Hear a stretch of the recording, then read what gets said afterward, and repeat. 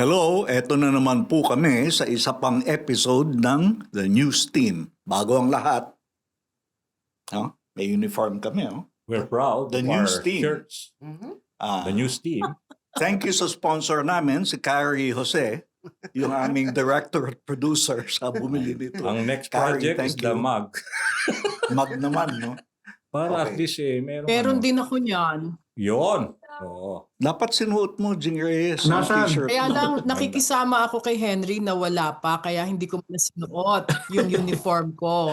Okay. Siyempre, kasama na naman Oo natin nga. si Jing Reyes, ang laging nauuna magsalita dito sa Last. grupong to. Kasi alam mo naman, first in, last out. Yun. Oo. Si live from California, si Jing Reyes. Si Henry Umaga Diaz, hindi namin alam kung nasaan. Pero nasa Canada siya. Sigurado kami. On Hindi a namin long- alam kung saan sa on a long drive. Siya na lang magpaliwanag. Nag-drive daw siya 8 hours. Wow. Oo. And huminto. Paikot-ikot yun, ha? Huminto just to be with this Correct. Diba? Oh, the for the podcast. podcast natin. Oo.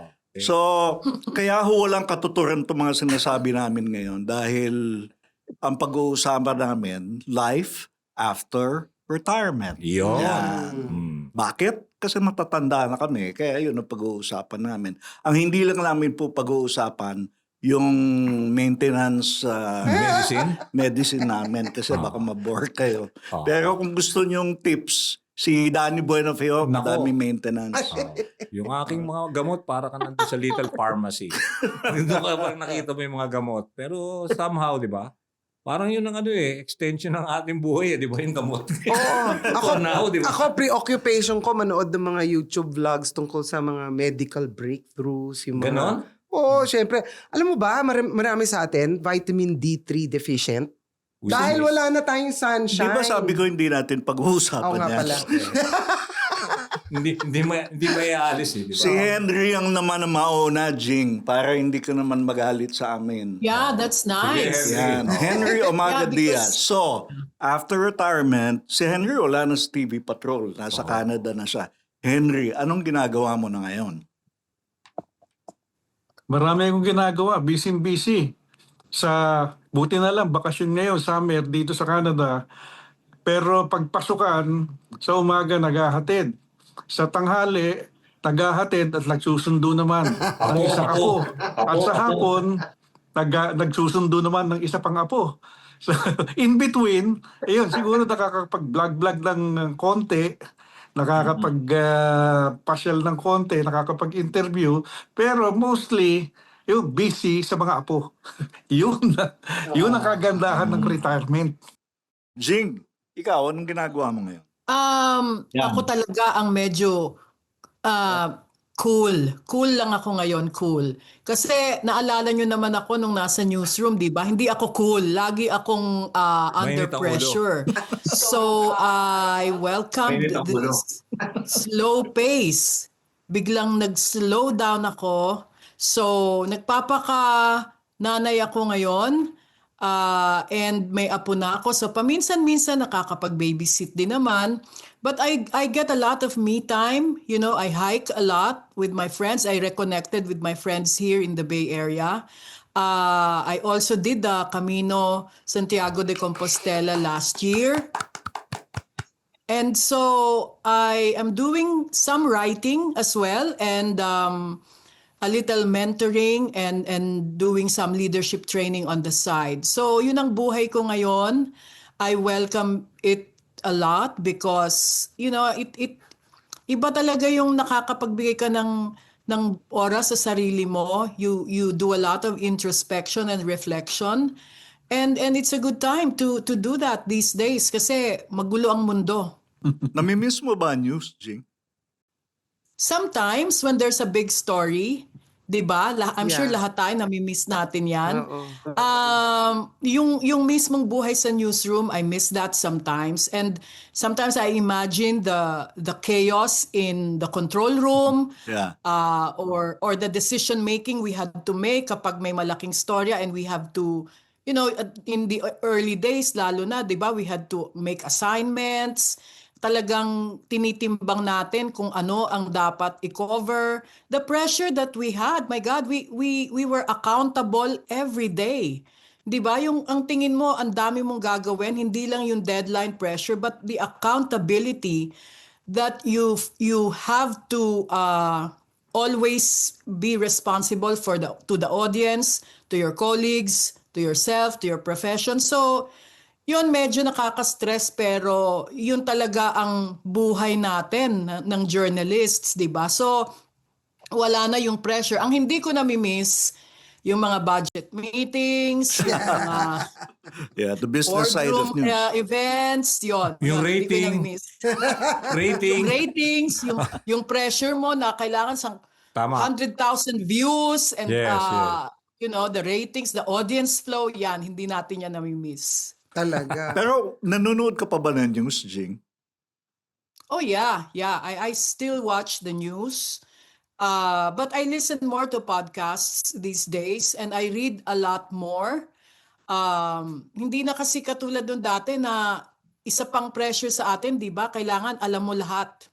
Kailangan alam mo ang lahat ng balita para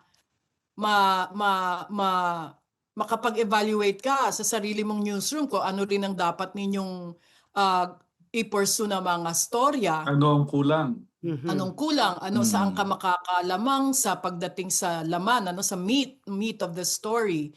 So but you know, when I watch the news, I kind of feel good that there are young faces. There are a lot of young faces now. Of course, namimiss ko yung mga lumang tao sa newsroom, mga dati nating reporters. But at the same time, maganda rin naman na may mga bata at iba rin ng mga paraan na ngayon, di ba? Magaling sila sa social media. They're very good at digital production and all of that. So, it's good all around. Danny, ikaw, anong ginagawa mo ngayon? Well, ako, katulad din ni Jing, nakakamiss din talaga yung news, no? Pero ngayon kasi, I still have this platform, yung radio, na somehow, hindi na... DZMM. Hindi na ako yung kumukover, di ba? Na wala ka na dun sa part ka pa ng news team, pupunta ka dun sa mga talagang kung saan may istorya. Pero somehow, nakakapag-connect ka pa rin with the newsmakers, di ba? You talk to people na ma-interview mo, ano ba nangyari dito sa flood control project na to, na meron ka pa rin, di ba, network with these people. At nakakausap po sila, ano ba ginagawa nyo. Kaya sabi nga ni Jing, talagang nandoon pa rin yung ano mo, yung kailangan may grasp ka pa rin doon sa mga news, sa mga issues, di ba? Alam mo pa rin. Kasi everyday you have to talk it out with people na talagang involved sa ganitong agency. So, ang laking bagay. Pero, beyond that nga, ayoko na rin yung gano'n, yung babalik ka uli dun sa parang magko-cover. Minsan nga, nagalit pa yung wife ko, bakit daw kailangan pumasok ako dahil sobrang traffic nakaraan, di ba? Puro baha, at saka ilang oras ako naipit sa sabi niya, papasok ka ba bukas? Sabi ko, syempre, the more nga ang people, they watch the news, kung ano nangyari, anong update sa weather, the more na kami na, syempre, nasa radio ka, inaabangan nila kung ano istorya. So, hindi naman ako yung cover na kasi sabi nila, hindi ka naman na reporter. Yun din nga di ba? Parang namimiss mo pa rin yung action. Kasi di ba, during our time, ito yung time na pag merong crisis, di ba, Chari? Parang doon tayo mas excited na pumunta sa action, di ba? Na sabi nila, yung during time of crisis nga, nandoon daw, yung the best of the journalists will come out, di ba? Yung parang doon tayo gusto natin, doon na nga natutulog para kinabukasan, nandoon ka pa, maaga ka. Pero, yun na nga, nakikita ko, nandoon pa rin sa blood nito mga bago na journalist. So, gusto ko mag-continue. Namimiss mo yung mga ganong action, pero somehow, I'm just fortunate na nandoon pa rin ako na at least in another platform na radio. Yun, somehow, at least at the same time, ano ka na rin, basta biyan na ng oras ng iyong radyo, marami ka na rin nagagawa. Pero madami ka na, may dala ka ng ibang perspective Danny, no? Ngayon kasi sa radyo, galing ka sa dahil field. galing ka sa field. Yun ang ko. Tapos yung mga newsmakers, kilala mo na lahat to kilala natin lahat. So, madami Malaking ka alam bagay. na behind the scenes stories and yung mga ganun. Kaya So, medyo mas may clout ka when you talk to them kasi kilala ka na rin nila. Dahil before you covered the Senate, the House, di ba? Yung defense, di ba? Malacanang. So, they know you. Kaya sometimes nakakatulong din pag kinakausap ng production staff namin na kasi Mr. Buenaventura mag-interview sa inyo. Alam, nakaka-relate ka na. Sila, gusto na rin nila pumapayag, mga ganun. Malaking bagay, di ba? Si Chari, Ako ikaw. nga, nagtataka ako kasi hanggang ngayon nagpapaliwanag ka pa rin sa asawa mo, no? Hindi, Oo Napapasok nga, medyo nagulat din ako doon na Hindi, kasi bakit po? Ano papasok? Kasi retired ka na, hindi ko mo na kailangan. hindi pa sasanay, ibig sabihin. Bubuhay mo na ginagawa yan. Oo, Ako naman, sabi nila gano'n, di ba? Naiinis ako manood ng news. Kasi Danny, hindi ka daw fully retired. Oo nga. Kasi may retired ka lang. Oo, sabi ko, kailangan ka mong pumunta lalo, di ba? The more na, di ba, nakakausap mo sila, ano bang... Baka naman may iba kang Weather. ginagawa, ibang trabaho. Hindi, kasi nga, syempre, concern dahil matanda ka na, hindi ka na kailangan. Alam mo naman, ako, nega ako, di ba? Nega ako Jing Reyes, di ba? So pag nanonood ako ng balita ngayon, sabihin ko, di na natuto, baha na naman, at saka, yun na naman ang paraan ng pagko-cover. Problema, no? Lagi. At siguro, Danny, kung active pa ako, siguro, mainit ang ulo ko. Kasi nga, Saan? sa dinaanan nating experience, Paulit-ulit na karanasan, paulit-ulit, baha na naman, basura na naman, nakaklag na naman doon sa May mga mga drainage system. Wala bang ginagawa? Wala. At saka yung storya ba? Walang ginagawa. Ganun pa rin kung gaano Control eh. kalalim. I mean, Ang wala galing. na bang pag-uusapan kundi Gutter deep. gutter deep, knee deep. Flood control. Ay, parang to me, parang paulit-ulit. So, Teka, may nabasa nga ako ng isang araw dahil baha. Merong half knee deep. Ano ibig sabihin ng half knee deep? yung binte, tuhod, ano yan? Kalahati ng tuhod? Ano yung kalahati na? Di ba? Half knee deep. Sabi ko, ha? Nung panahon namin, walang half knee deep. parang wala pa. Pati yung basura na yan. Hindi ba So what do you do now, Cherry? Well, manage my own trash in the farm. Kasi nga, naalam ko yung may problema sa basura. So, di ba nga nagkaroon ako ng lupa, wala naman nagkokolekta doon ng basura. Mm. So, alam mo ba, nag-attend ako ng zero waste. Oo, Management seminar. ka? Oo. Nag-attend ako, yung circular yan Dapat yung mga Kasi malaki malalaking yung pabrika, bumabalik sa kanila yung mga packaging nila. Mm-mm. Pero hindi yan nangyayari dito. Dahil hindi nga nakokolekta rin yung mga packaging. Mm-mm. Dahil hindi rin kumikilo sa mga LGU. Walang incentive ang mga tao para ibalik yung bote ni soft drink dun sa pagawaan. So pareho-pareho. So ako, in my little area, nagtuturo ako sa mga tao doon, na mga kapitbahay ko rin naman, na sana ayusin natin ang basura natin dahil babalik din sa atin yan Dito sa farm mo. So may composting ako. Oo, I mean, hindi madali magkaroon ng sariling sistema, no? Para akong nagmamanage ng sarili kong barangay Mm. So, meron akong basura collection. So, yung basura ko, dinadala ko sa material recovery facility para mapapakinabangan yung mga dapat. Mas lalo ako naging busy. Kasi nga, to manage a farm is like managing a village. It's like managing a village. So, I teach people kung sino nandun at mga kapitbahay ko na sana pakinabangan namin yung mga pinag-inuman nila na soft drink. Kasi meron pala meron ibang barangay nagpapapalit niyan na bigas. Pag marami kang isang sako ng mga bote ng soft drink, pwede nilang papalitan na 1 kilo ng bigas. Hindi ba maganda? So may involvement pa rin ako sa community ko na hindi ko naman maiwasan, no? Kasi 10 years na ako retired, Jingmag. At ang retirement to me is enabling me to do what I am passionate about. So That's what retirement means. For you. Yes, that's what retirement means to me. It's like, hindi naman ako tapos na sa buhay. So, like, I'm involving myself sa mga alumni sa amin, sa Malate Catholic School. Ini-involve ko rin sarili ko doon sa... Kasi I need to do something. Hindi naman ako pwedeng Idle lang. idle lang Oo. Kasi magkakasakit tayo Oo, pag ako rin. idle lang Gusto ko tayo yung mayroon ka pa rin pinagkakaabalahan, di ba? Oo So, minsan, kung ano-ano, magvo-volunteer ako, yung ganon, para lang may saysay pa rin yung buhay ko. I wanna die with my boots on. Ganun ba? Yeah, that's the way to go, I think. Diba? Doing something. Doing something. Kasi gusto ko, I mean, kung kukunin na ako ni Lord na inact while doing something. Pero yung sinasabi mo, yung mga nagko-collect ka, yung, di ba? So, kulang siguro sa awareness yung mga tao dun sa inyo. Alam nila na basta incentivize mo sila. Walang Alam nila. nagtuturo tungkol sa basura. Kaya nga if you have Dapat to educate them. Pero how may to- batas yung zero Oo. waste. Oo. Oh, Oo. 'di ba? Eh, Kasamahan natin ang nag-author niyan si Lauren Legarda. Oh. Pero hindi yan nag-trickle down. Kasi ako where I am now, I live amongst the poorest, hindi naman poorest of the poor. Dati landed sila pero mga farmers sila eh. Oh. And Agrarian reform. yeah, wala eh. Wala ang agriculture oh. dito. Okay. May mga buko kami, no? Pero ang bili sa amin piso, isang buko. Mm. Pagdating sa Maynila, Mahal 40. na. Oh, mahal. Oo. So saan napunta? Middleman. Oh. Ngayon, yun yung challenge. Kaya nandito ako sa agriculture. Nai-interest pa rin ako sa bakit ba mahirap ang Pilipino kahit na mayaman tayo sa lupain, mayaman Sa tayo. produkto. Sabi nga nila, Produkto. hindi ka magugutom sa Pilipinas dahil we are a tropical island, forest. Yeah. There will always be bananas, Yeah, buko, fruits, Oh. but we're not able to monetize it. And ang sadness niyan, yung edukasyon dun sa where I am, yun yung may challenge. So I believe na talagang Filipinos need to be educated in various areas. Ayun nga. Dapat yung awareness. Andun pa rin ako, Opo. Jingmag. Yung Kahit zero na-retired waste. ako, Hmm. I mean, I'm very much in touch with social issues and kasi nandun ako eh. Alam ko, akala ko nga makakatakas ako eh sa corruption. Hindi, meron pa rin. In the Pero barangay yun na- level.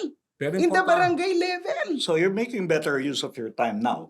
I Tama ba? think so. Kasi now, I get to Close to choose your heart. what I want to do. Yeah, yeah. Eh, di ba, Advocacy mo. That's my retirement. I get to choose what I want to do.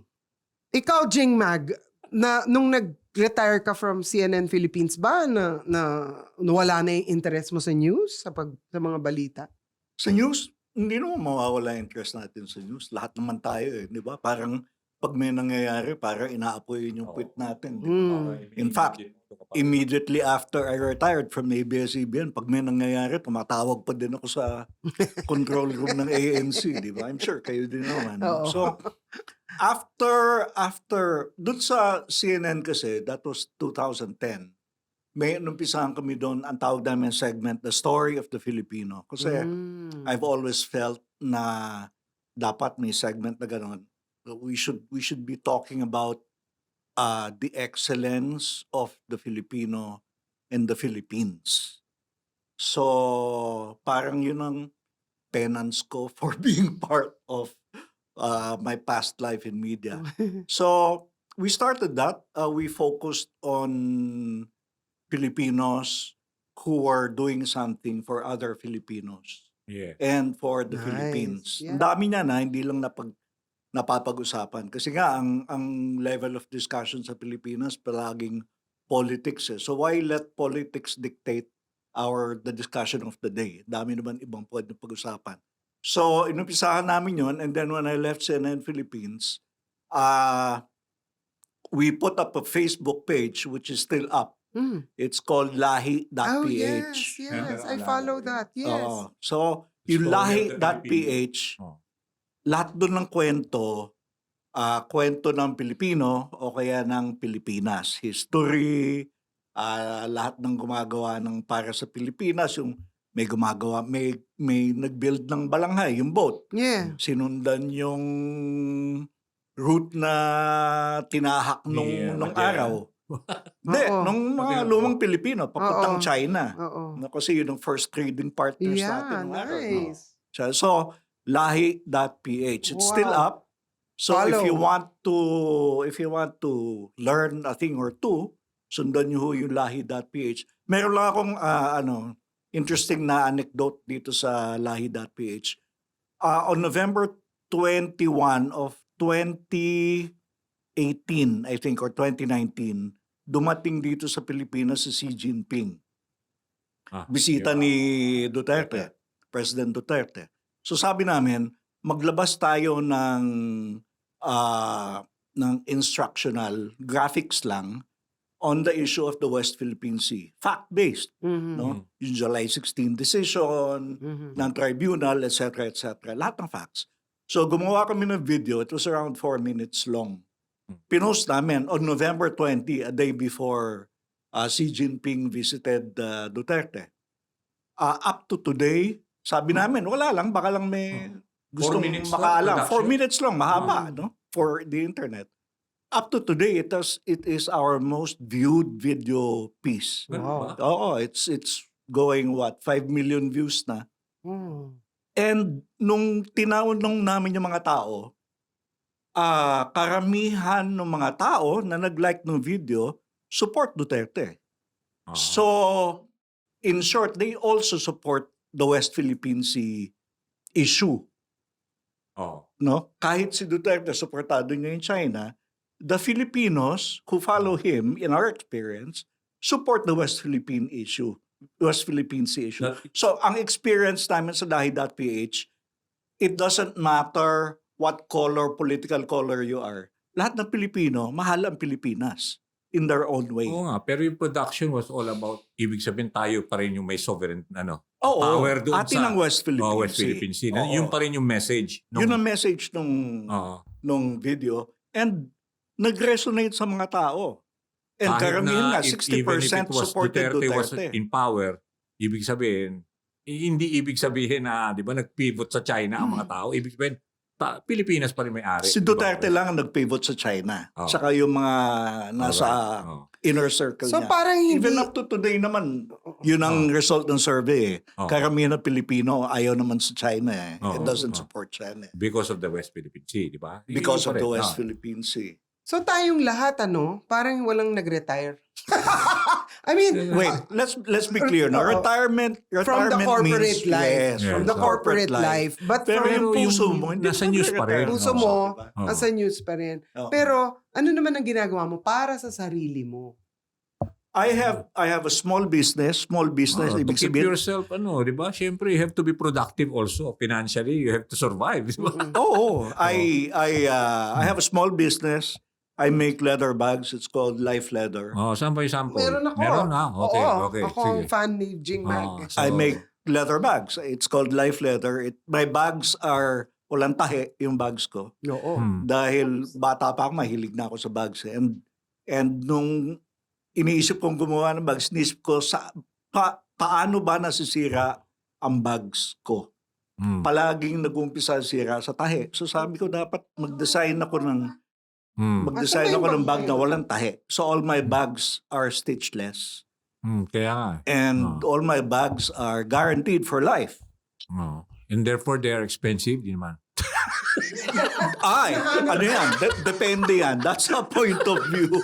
Depende. Kung wallet lang. Kasi kunyari, bibili ka ng branded Okay. na designer bag for 50,000 pesos. Okay, may mga gumagastos ng Ang dami. ganun eh. Di ba? That's for a Hindi lang very good- 50,000, Dani. Oo nga. Million Oo nga, may para mga sa ganun. designer bag, di ba? Oo. But one of the leading designer bags that starts with letter L, I will tell you, rarely makes bags from real leather. It's synthetic. Yung lahat ng bags nila. Oo, nakita ko na yan sa YouTube, yung sabi ng China, you think these are designer bag? We make it from our factory. Yan. Ito, papakita ko yung life leather ko. So, in terms of, sabi mo, di ba, parang lifetime? Ito, once you have it. Lifetime guarantee. Okay, yan. endorser, Nakikita ni Chari. Yan. Endorser. Oo. So, ilan? This is, let me just show you, This is, walang tahiho ito kahit saan. Wala. Oo. So, the way it works is, the bag weaves into itself, papasok dito. Tapos naka-rivet dito sa the points ko saan nagdadala ng bigat. Ang And I ganda- use rivets. Ang ganda ng leather. I use rivets. Ah. Etong leather na to is full Italian grain leather leather. ba yan? This is Imported yan, di ba? Argentinian leather. Ganun ba? Teka, baka makita yung mga laman ng bag ko. Panay gamot. Pang mga Yan. sakit. Lubricant yan, hindi ba? Pansakit ko yan. Para sa masasakit This ng is mga crazy muscle. horse leather. It's the more you use it, the better it gets. Siyempre magagasgas. Pero yung ganyan, Jing, how long do you, Ayan, oo. make, yung kunwari isang ganyan, gaano katagal? Isang make- araw? one bag a day. And I don't make bags every day. Nakakapagod gumawa niyan, ha? Pero wala ka bang tinuturuan din para at least you have a team na somehow you can you can Wala. assign na ikaw naman ang magtapos ito. Mahal ang mga Wala. kutsilyo ni Jing Mag. Yan ang kanyang passion. Bumili ng kutsilyo. Pang-slice Hindi, niya ng kaya mga nga, leather. you do it yourself. Wala I kang do it kasama. myself. Wala Yeah, akong it's a katulong. passion. Wala akong kasama. Oh, Passion kasi project. kita ko Ganda, yung mga no? post mo, ang daming Oh. mga iba-ibang design. Ibig sabihin talaga yung everyday, meron ko talagang minsan, isang araw bago matapos ang isang bag. Parang ganun. Isang araw for one bag. And I don't make every day, nakakapagod nga. Oh, eh. So maybe 3 times a week. Malaki at the ba most 4 kinikita mo? times good. The income? The profit is good. More Wala, nagulat. BIR, wala. Nagulat nga ako. More than what you do as a newsman. Siyempre, 3 Yes. times. Ha? Oh, More than. Yes. Ha? Yeah. As a corporate. Tinatawag nyo BIR eh. Hindi, ibig sabihin, di ba, pag passion mo rin talaga, di ba, hindi na nagka-count yung mga di ba? As long as you're there, di ba, yung na-fulfill mo yung passion mo. Maganda yun. At tapos, hindi pa rin nawawala yung news, mo rin, di ba? Minsan pag may interest mo, ginagawa ko, pag may narinig ako news, binababa ko yung ginagawa ko, nanonood ako ng pakikinggan news. mo. Ah. Kasi news ngayon, di lang naman Pilipinas, di ba? Yung presidente ng Amerika, lagi nasa news ngayon, di ba? Teka, tanungin ko si Jing at si Henry, babalik pa ba kayong Pilipinas? I mean, dyan na ba kayo talaga magre-retire? Ha? Ako, oo. Diyan ka I na? will. Pero- I will. Babalik ka! I have roots in the Philippines, strong roots. So And you- I love living in the Philippines. Sa totoo lang. It's kahit sabihin mong, I love the climate here. I love that there's almost zero pollution. And everything works kahit papaano. Ang baha dito, medyo maging 1/4 lang ng gulong ng kotse mo, baha na sa kanila dito, no? So, it's Walang basura good to live. It's good to experience living in another country. Sa totoo Yes. lang. Yes.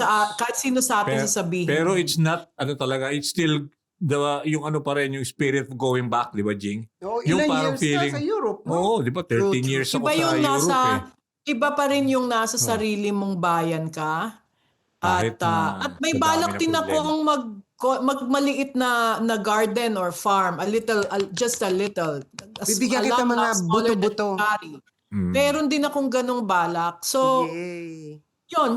I just want to be able to explore more outside Yeah. the country, and I consider myself a citizen of the world, So, hindi naman ibig sabihin nun na iiwan mo na yung totoo mong bayan. So, mahal ko pa rin ang bansa kahit nga papaano hindi ka, 'di ba, kahit Ay, sa gusto mo dami ng ng problema, no? Di ba? Oo, 'di ba? Gusto mong wag manood ng balita, wag malaman kung ano nangyayari, but it's impossible. It's impossible. You're committed to it. You feel like masyado ka namang I don't want to feel like I'm abandoning it, the country, So Ikaw, yun, Henry, babalik ako. Canada At na ba bumabalik ako ha. Palagi naman akong bumabalik. Oo. Si Henry. Medyo nagtatagal lang ako ngayon. Oo. Henry, ano ka na? Canada. Are you Galing Canadian A? Oh. Lagi naman nandiyan yan eh. Yung kagustuhan mo na bumalik, muli makasama yung mga kamag-anak, mga mahal sa buhay, mga kaibigan, yung dating gawi, nandiyan naman palagi, ika nga, nasa puso naman palagi yan eh. Pero sa ngayon, actually hindi ko pa alam eh. Hanggat nandito ang pamilya siguro, sabi ko nga, kung nasan yung pamilya, nandun ako. Yeah. Kung bumalik sila sa atin, sasama ako. Kung hindi naman, of course, hindi naman ibig Bisita ka lang sabihin dito. iiwanan ng Pilipinas. Pabalik-balik pa rin naman eh. Dahil nandiyan, sabi nga ni Jing, nandiyan ang roots eh. Nandiyan lahat eh. Kitalakihan mo, mga naging kaibigan, mga mahal sa buhay, nandiyan lahat eh. So hindi pwedeng makalimutan yan. Pabalik-balik siguro kung sakali. Pero it all depends. Bahala na. Basta sa akin kung nasan yung... Ito naman ang dahilan ng retirement eh. Yung pamilya din eh. Oo. Kasi nandito na sila lahat. Ano gagawin ko sa Pilipinas? Tama. Nag-iisa ako. Lahat sila nandito Oo, na. tama. So, ayun. Tignan natin. Pero hindi ba parang ang pinag-uusapan na lang natin roots and legacy and mga kaibigan at pamilya. Pero parang ang Pilipinas nagiging ewan ko kung ganito din na feeling niya, napakahirap na mahalin. Oh. May mga ganun.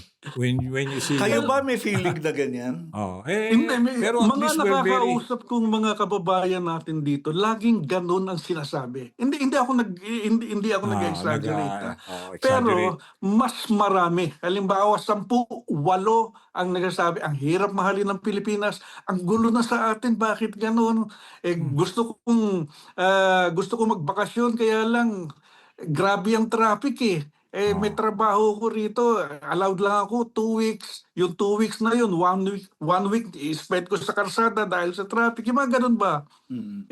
Dito na lang muna ako. So, pinapadalan ko na lang yung balikbayan boxes, yung nanay ko, yung mga ganun. Yun ang parating sagot. Ang hirap mahalin ang Especially yung mga Pilipinong na katulad nyo ni Jing, naka-experience na ng mga sistema na gumagana, sistema na maayos, patakbo ng pamahalaan na maayos.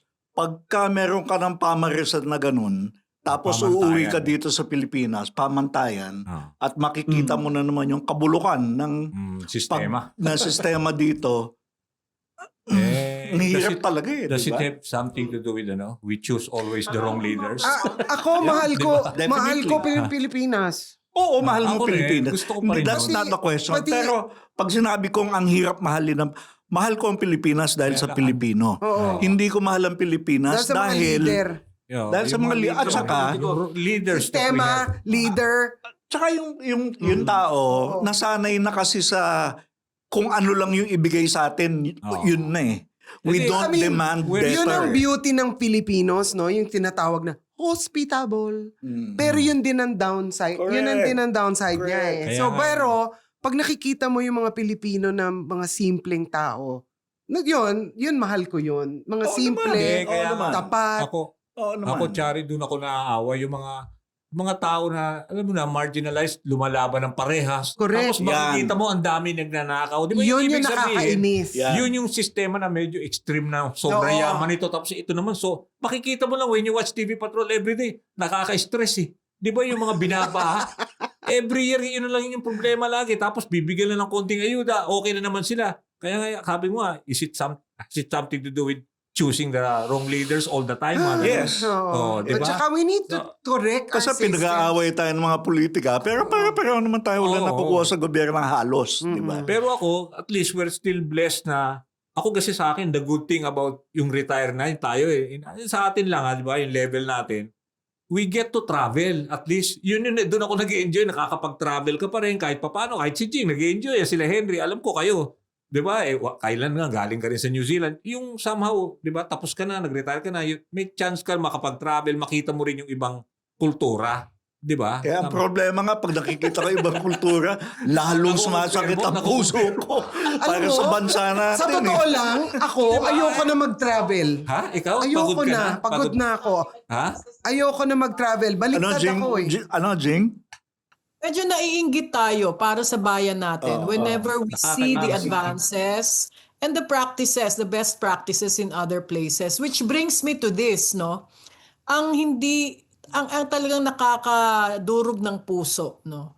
Yung mga pamilya na, alam mo yung nagsasabi sila habang ini-interview sila sa baha na, alam na namin ang gagawin kaya naghahanda na kami mag-evacuate. Oo, yung ganun parang Nag-iimpake sanay na na sila. kami ng mga gamit namin. So, alam mo yung tinanggap na lang nila. Oo. Tinanggap na nila yung ganong fate, yung ganong kalakaran, which is so wrong because dapat meron Nagrereklamo. obligasyon sa kanila ang gobyerno, kahit na LGU yan o national government, bakit sila tinatawagang magsilbi? To make the lives of the Filipinos better. Hindi ba yun naman ang dahilan ng lahat ng public service? Bakit sila nandiyan kung hindi nila yan natutupad? Tigilan na nila yung in-institutionalize nila yung ayuda. Ayuda, lahat ng napag-usapan natin ito dati, di ba that's a short-term dole-out relief. Yeah. Ang mahalaga pagandahin at pabutihin nila yung buhay ng mga kababayan natin. A lot of our fellow Filipinos have not even traveled outside the Oh, country. Yeah. kaya nga kawawa. Diba? Oo, So, oo. nakakaawa na ganun ang kanilang kinasadlakan Oo. because they keep choosing the wrong people to put in charge of their lives. Oo. Ito, And it's not their fault. It's not their fault. tama, oo. Ito, Because they're being manipulated and taken Yes. advantage of by these dynasties, by Ah. these people who are just there for their self-interest. oo. Di ba, I will just cite an example, di ba, yung bago pumalit, yung bago mayor sa Maynila, di ba, grabe ang problema ng basura sa Maynila, di ba? Namamaho talaga, di ba? So alam naman natin sino yung dating mayor. Tapos I learned na lang, may mga nag-feed sa akin, kaya hindi nakokolekta ang basura. Grabe ang Divisoria, ang di ba? Namaho talaga, yung bulbul. Hindi nakokolekta because yung mismong yung collection agency ng basura dun sa Manila was supporting the newly elected mayor. So hindi, parang ibig sabihin, bago pa man nagkampanya, hindi na nagbabayad yung dating mayor. Alam nyo ba? Yung mga ganon, LGU, na because of that, parang nagsuffer yung mga Manileño. Alam Hindi, nyo ba? Namaho. Alam nyo ba, nag-conference ako, no, Zero Waste. Meron sila doon, yung mga LGU budgets for garbage collection in the billions of Kaya pesos. nga, may pera sa basura, Meron. Shari. Oo. Grabe, pero sino yung mga contractor? Oo. Yun. Kaya hindi na-solve ang garbage problem dahil may corruption sa garbage collection. Kaya nga Yun But you know what? sabi ko. Corruption has never been an issue for Filipino voters. In many surveys, hindi nila ramdam ang corruption kahit na corruption ang pumapatay sa kanila at sa bayan natin. 700, sabi ng Asian Development Bank, 700 billion pesos a year goes to corruption. And yung mga, alam niyo na yung SOP, di ba? Yung magkano binibigay pag may project. Nasa 70% na daw ang SOP. So kung 70% na SOP, oo. Ano pa matitira para doon sa project? Kaya makikita mo lahat ng daan nga, wala na ulan, di ba? O tignan mo naman yung mga daan ngayon, lahat puro lahat di ba? sira. Puro di ba? Parang Ay, parang ibig sabihin wala yung quality control na in terms of yung mga specs na ginamit. Oo. Di ba? Yun yung mga ganun They will So, kailangan they will talaga compromise. magbago. May magbago. Sistema talaga. Pero Chari, di ba yung binanggit mo yung zero waste? Yun ang dapat mag-resonate sa iba't ibang mga LGUs, hindi lang sa lugar mo. Kasi nga ang problema nga Okay. dito sa drainage, itong mga Lahat basura, ng nagkakalat. barangay, Dapat ganun. Okay. meron silang requirement na meron silang material recovery facilities. Check nyo yung mga barangay ninyo kung meron. Dapat lahat meron. Kasi, Kasi Kulang ang sa problema, lalo na sa mga mayayaman na village, pinabaybayaan sa mga katulong, hindi nila inaasikaso yung garbage. basura nila. disposal. Oo, sasabihin nila, bakit? Nag-ano kami, nagbubukod-bukod, pero pag kinolekta ng mga basurero, isang Lalagay isang lugar. buhos lang na naman. Halo-halo na naman. So, dapat yan ang bigyan ng atensyon ng gobyerno. LGU. Hindi parating national also. So Yung from- local government. From being exposed to all the systems and to government for all our lives because of our work sa journalism, ang dami natin nakita, ang dami tuloy natin dalang frustrations din. Ito yung pinanggagalingan ni Chari. Like, for example, Jing Reyes, when you left journalism, did you feel that our jobs Are done. weren't finished yet? Hindi pa tayo tapos? Hindi eh. Oo naman, definitely. Kasi parang we did a lot of exposés, no? We did a lot of in-depth reporting on the ills of our society. Marami tayong storya na binalik-balikan, paulit-ulit na kinover about corruption, about incompetence, about unqualified people being appointed to the highest positions in the land, unqualified people being elected to higher office, and yet parang hindi natututo yung bayan natin. We revisit the same old problems. The journalists of before chased storms and covered disasters, and then the same problems happen And wala pa ring improvement pagdating sa mga preparedness or pagdating dito sa how to manage our infrastructure. Kaya ganyan ang flood problem natin, hindi ba? So, iniisip ko nga, ano pa ba ang dapat nating gawin as non-practicing, journalists in corporate media? Siguro itong bago nating na-discovering platform na ito, no, the digital space. Yeah. Baka mas marami ring makinig o maniwala o ma-provoke into critical thinking Yeah. as to what we can do as a country, as concerned citizens, para naman hindi na ito paulit-ulit na lang, kasi lalabas nito pati mga apo natin at apo ng apo natin, ganyan din ang problema na Yung haharapin, biktima rin, no? diba? Ah. Oo. So Mismo. collectively siguro may magagawa pa tayo, kaya ako rin naman nakikibahagi pa rin tayo sa mga diskusyon, sa mga forum on how to improve our craft, how to adjust to this new landscape, hindi ba? Kasi hanggat maaari, kailangan maabot mo yung mga tao na nandiyan sa malalayong lugar. Katulad ng ginagawa ni Chari, no? So paunti-unti, kahit pa isa-isa yan, may matutulong tayo for at least raising awareness and letting them know that there are skills to be had, there are skills to learn na hindi naman masyadong mahirap. Sa totoo lang, nagtataka rin ako, Jingmag, ang daming mga opisyal natin biyahe ng biyahe kung saan-saan, di ba? Sa ibang bansa. Nakikita natin, Europe Dapat na-adapt yung best practices. Oo. Europe is a great model for environmental practices.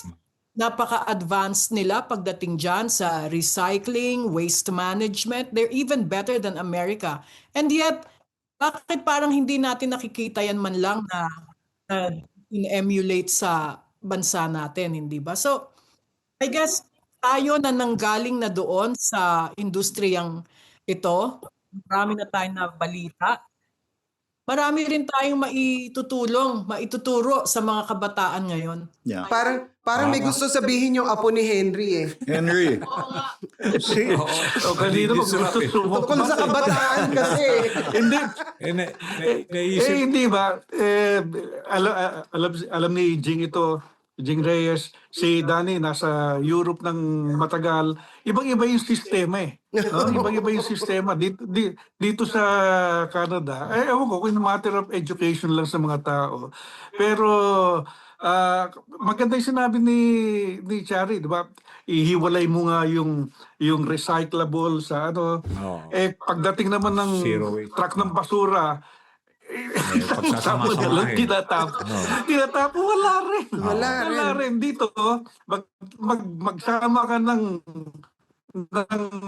mga recyclable, at yung bahala ka sa buhay mo.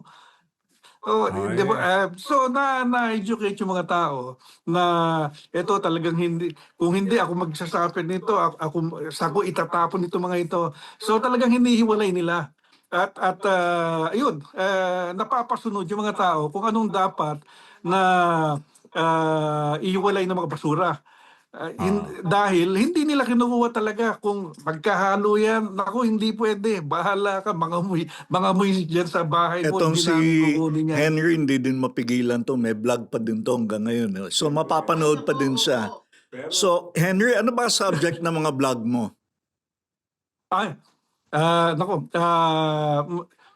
marami yung mga Pinoy dito sa Canada. Kasi alam mo yung mga bagong Pinoy dito, hindi madali yung struggle nila, lalong-lalo na nagpapalit madalas yung immigration rules dito sa Canada. Halimbawa, yung mga international students natin, ang daming pumunta rito para mag-aral, chance para maging PR dito sa Canada. Permanent. Pero after a year lang, biglang kinat yung programa na yun. Maraming naiwan sa area ng mga Pinoy dito.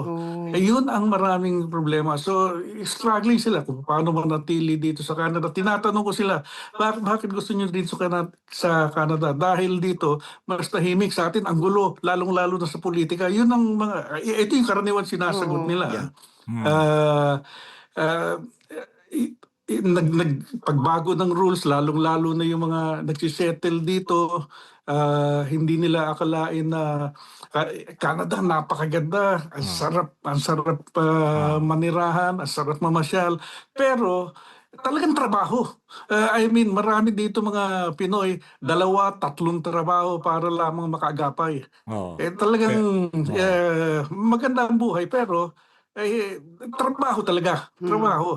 Yun ang gusto ko rin mapaalam sa ating mga kababayan na hindi madali ang manirahan sa ibang bansa gaya ng nararanasan ng marami natin mga kabayan. Pero kung okay ka na, makalagpas ka lang doon sa mga pagsubok mo, ay maganda na. Medyo Henry, magkakaroon ng nangyayari din ba sariling dyan yung bahay. Nangyayari din ba dyan, Henry, yung iba yung profession mo dito sa Pilipinas? Pero pagdating dyan sa Canada, Maraming iba na gagawin mo dahil yun lang ang nakukuha ng Oo. trabaho eh.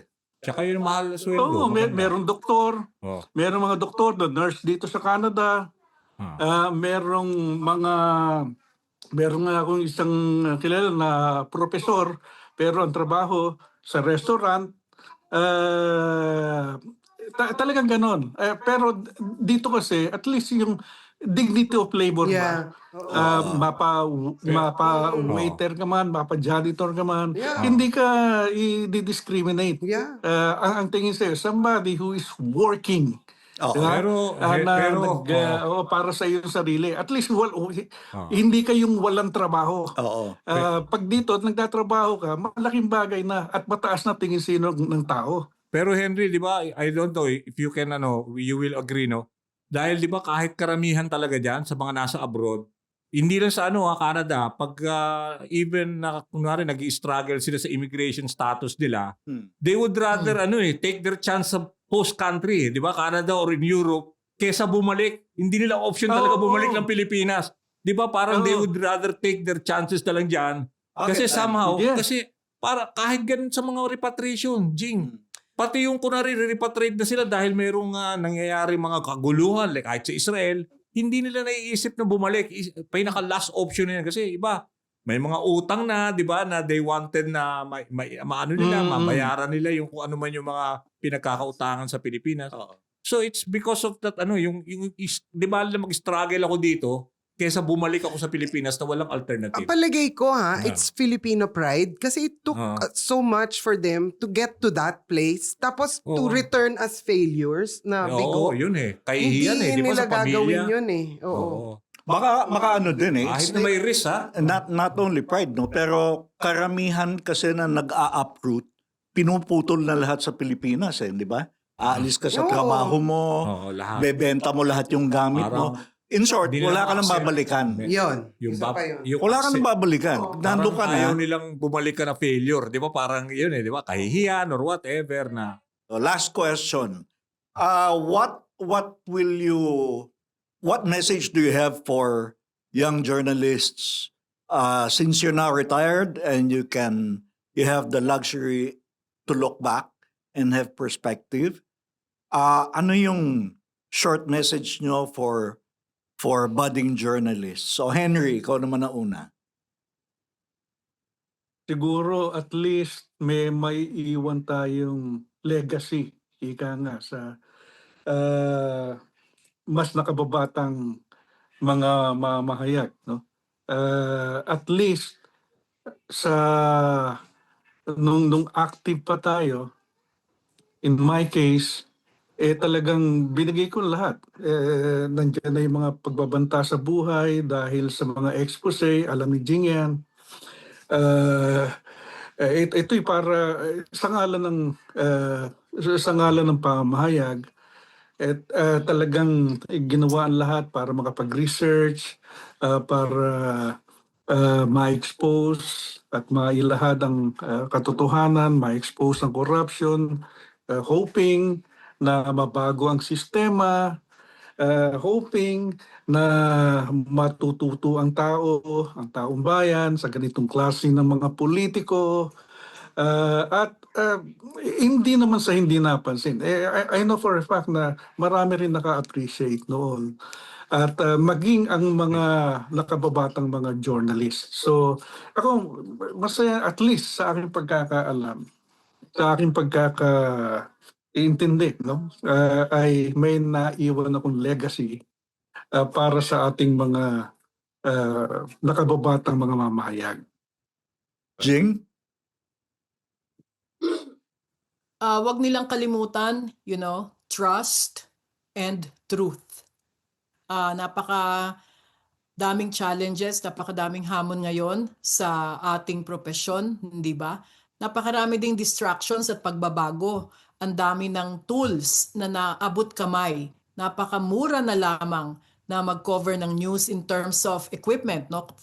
Smartphone na lang, pwede ka nang mag-report, makakakuha ka ng video and pictures and all of that. Pero wag nilang kalimutan na ang obligasyon nila ay sa publiko, sa audience nila. At kailangan silang pagtiwalaan ng audience. So kahit ano pa ang pagbabago, kahit ano pa ang mga digital distractions and challenges in terms of disinformation, wag nilang kalimutan na katotohanan ang kanilang primary responsibility. At yon ang magdadala sa kanila para pagtiwalaan sila ng audience. Kahit ano pa ang mangyari kapag ikaw ay malinaw sa iyo na kailangan committed ka sa katotohanan at laging hindi ka nagpapatalo sa anumang opinyon, sa anumang distractions at pressures ng society natin o ng corporate o ng mga news sources mo, then you will gain the trust of your audience. So wag nilang kalimutan yon. Danny? Yun na nga, unang-una din, yung trust, no? Siyempre, yung in doing the news, sa akin kasi, dalawa yung pinaka-basic. Yung you have to check your source. Importante yung source mo. Kung talagang, ibig sabihin, credible pa itong source ko, di ba? Tapos yung accuracy nga, ng information that you're sharing. Tapos, siyempre, yung accountability. Di ba? Na you can, whatever you show on the air or whatever, lalo na doon sa mga bago ng mga reporters kasi marami silang sources of information ngayon, di ba? Social media. Ibig sabihin, you can always defend na talagang itong storya nito verified at saka talagang I can, ibig sabihin, defend this kahit na sabihin nyo na source mo parang fake ang information or whatever. Mm-mm. At least credible at saka somehow, di ba, accountable ka. At saka may editorial team naman nagdo-double check din sa'yo. No? Kaya nga, not all, not everybody can become a journalist pero yung bloggers or whatever social media, yung mga nagkikreate ng content, hindi naman lahat yan nagiging journalist di ba? Iba talaga pa rin yung level ng mainstream media dito sa, digital transformation. Sorry? Ako maikli lang. Intention. Bakit ka journalist? Ano intention mo? So very clear ka dapat sa intention mo pag pumasok ka. Ang intention mo ba tumulong, magbigay ng useful information, o kumita, o mag-side sa isang politiko? Hindi ka journalist. Kasi ang journalist PR yun. independent, di ba? So, dapat check nyo yung intention nyo ba't kayo nagiging journalist. Yun lang. Ako naman, if you want to be in a news organization, kung gusto niyo sumama, siguruhin nyo yung mga kasama nyo at yung organization mismo supports your values and principles. Correct. So ako, I was lucky na itong mga taong kasama ko dito sa podcast na to share with me the same principles and values for journalism and in life. No? Kaya hanggang ngayon, magkakaibigan pa din kami. Yun lang. Siguruhin nyo lang. Dahil kung ganon ang nakapaligid sa inyo, magagawa nyo yung gusto nyo. If you share the common fundamentals of truth, sabi nga ni Jing kanina, truth and accountability, sabi ni Danny, you're good to go. So yun po, that's the episode. Bago namin t-shirt, kung gusto nyo umorder, Yeah. No, teka. Like, Same bird. the news team, like, ito. the news team. Like, subscribe, subscribe, and share. share. The news team. Share to. All right. Thank you. Till the next episode. Salamat po. Thank you po.